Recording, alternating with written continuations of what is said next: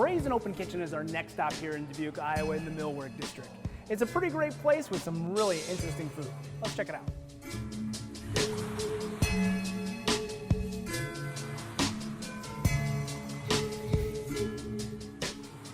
Here we are inside Brazen Open Kitchen and Bar, and with me I have Kevin Scharpf. He is the owner and operator of this fine establishment. Thank you so much, Kevin, for having me on. Thank you.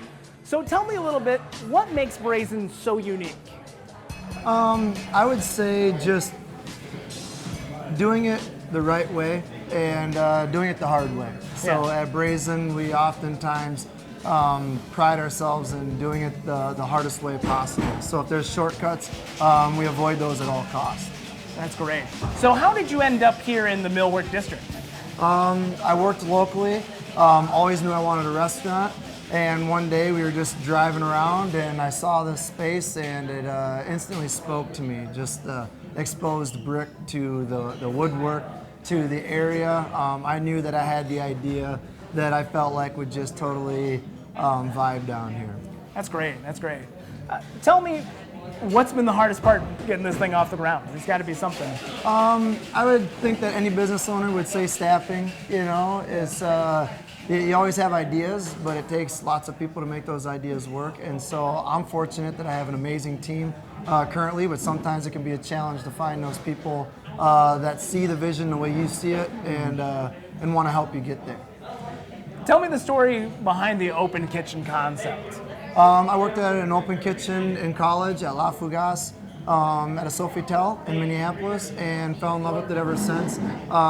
Sometimes in the kitchen you can feel like you're in a dungeon and you don't get to see that instant gratification of someone nodding their head when they enjoy the meal. So I knew if I ever had a restaurant that I needed to be able to see the public and get that feedback right away. Is it risky? I mean, being open and exposed like that? It is. You hold yourself to a totally different standard.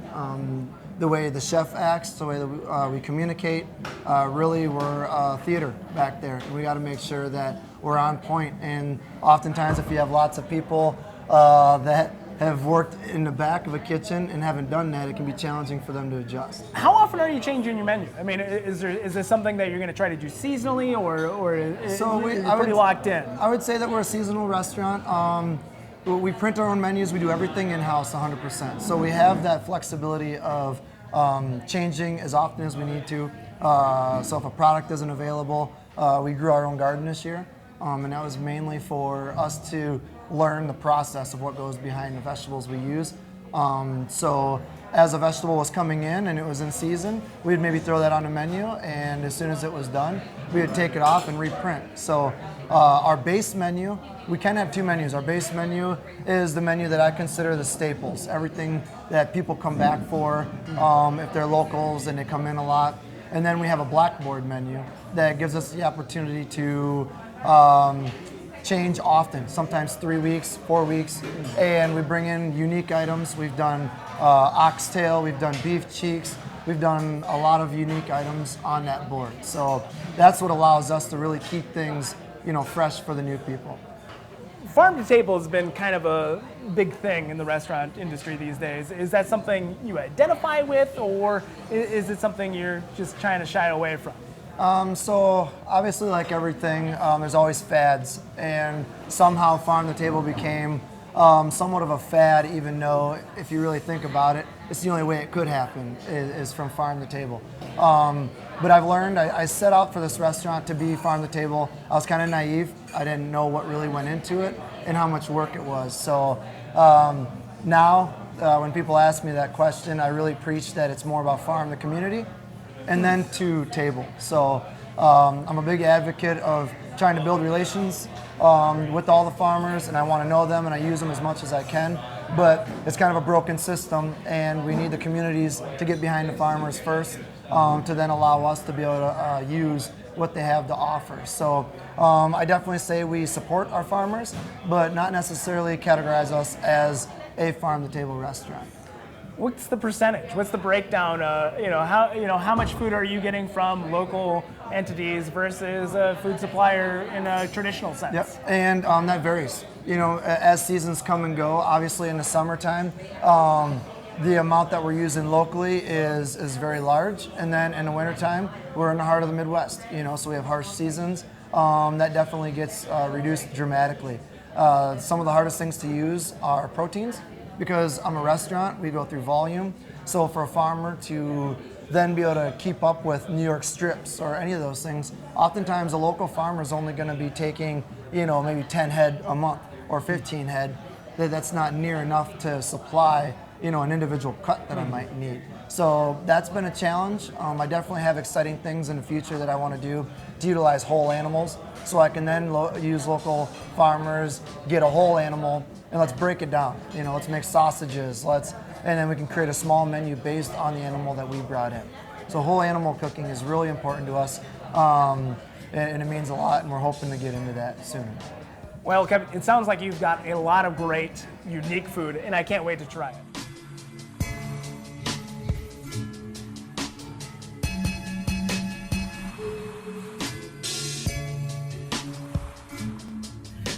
Tell me a little bit about what we have here. Absolutely. So here we have the jumbo lump crab cake. It's over a roasted fennel mascarpone cheese. And really what's special about this is how we bind the crab cake. Most crab cakes are full of fillers, like breadcrumb and lots of mayonnaise. This is probably about 95% straight jumbo lump crab, which is some of the best crab you can get. And the secret is we whip butter, and we tie in just a few ingredients, and when we put that in the refrigerator, that's what allows it to firm up, and it almost crumbles to the touch of a fork. Yeah, that is a lot of crab. I mean, the breading and all that extra filler, you're right, that's not in here. Let's hop over here to the pork chop, Pork chop, yes. So kind of keeping that theme of trying to be local, we do use Berkwood Farms pork out of Des Moines. They're co-op. So we take the pork chop, we marinate in a Vietnamese marinade. So you have flavors like fish sauce, soy sauce, there's shallots and there's garlic. Then we cook it to medium temperature, serve a salad on top of arugula, fresh pears. There's pistachios in there, honey, lime juice, kind of to build layers of flavors. Yeah, I mean, the vinegar and the pears and the pork chop, they come together so well. I mean, really well balanced, and between the crispy of the pistachios, correct? Yep. And the pears, and then the softness of the meat, all of it just goes together so well. It's important for chefs to understand textures and building layers, and you build a foundation and what kind of flavors you want to go for, but from there you got to find different avenues to add little nuances on the plate that then kind of come together. And this is our salmon. Yep, this is the salmon dish. We use Faroe Islands salmon. It is farm raised. They do the farm raising out in big cages in the actual ocean. Mm-hmm. So it's when we think of farm raised around here, it's a little bit different than what they're actually doing. We serve that over a barragoul. A typical barragoul would be with artichokes, and we do ours with eggplant.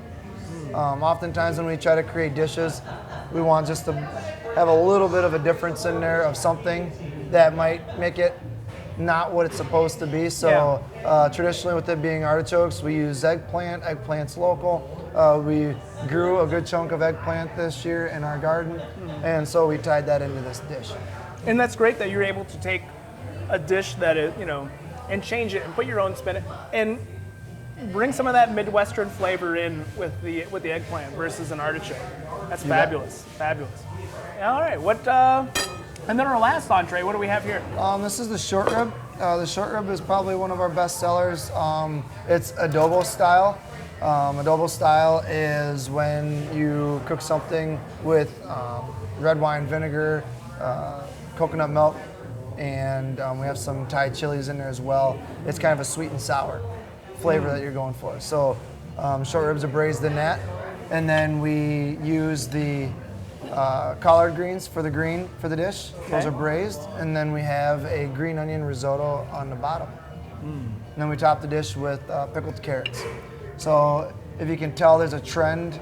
There's always some kind of acidity. There's always seems to be something that's either been pickled or has some kind of acidic bite to it against the richness. So the coconut milk is very rich in the braise.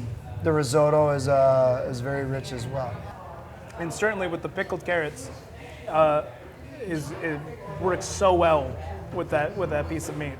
And then the risotto just finishes it all off. Well, I'm about finished here, but let's move on to our dessert. So the dessert, we have our take on a s'more. So what we have is a homemade marshmallow, 2 types of chocolate on the dish. We have a chocolate mousse, and then the triangle pieces are our homemade fudge with habanero. So we steep habaneros from our garden in the sweetened condensed milk, and then we make the fudge from there. So it has just a little bit of a heat. And then you have the graham cracker crumb with some walnuts. And we toast that just a little bit. So we add butter, some seasonings, the walnuts. We mix that all up, and then we toast it in the oven real lightly for the graham cracker. So I'm really digging that jalapeno chocolate. It's great. It's just changing things just a little bit, and just really messes what your expectations are. So you have a lot of sweet on the plate, so it's nice to then add a little spicy through the dish as well.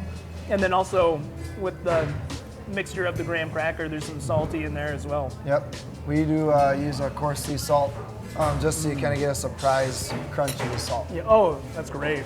Fabulous. Kevin, everything here has just been absolutely fantastic. Really happy to have come down here and been able to try everything. And certainly everybody take the time and come check out Kevin at Brazen down here in the Millwork District in Dubuque, Iowa. Kevin, where else can people find more about Brazen? You can check us out online. We do have a website, brazenopenkitchen.com. We're on Facebook, on Instagram. You can check us out on any of those places. Oh, wonderful. Well, thank you so much. Really appreciate it. Appreciate it. Thank you. More travel to Tri-States after this.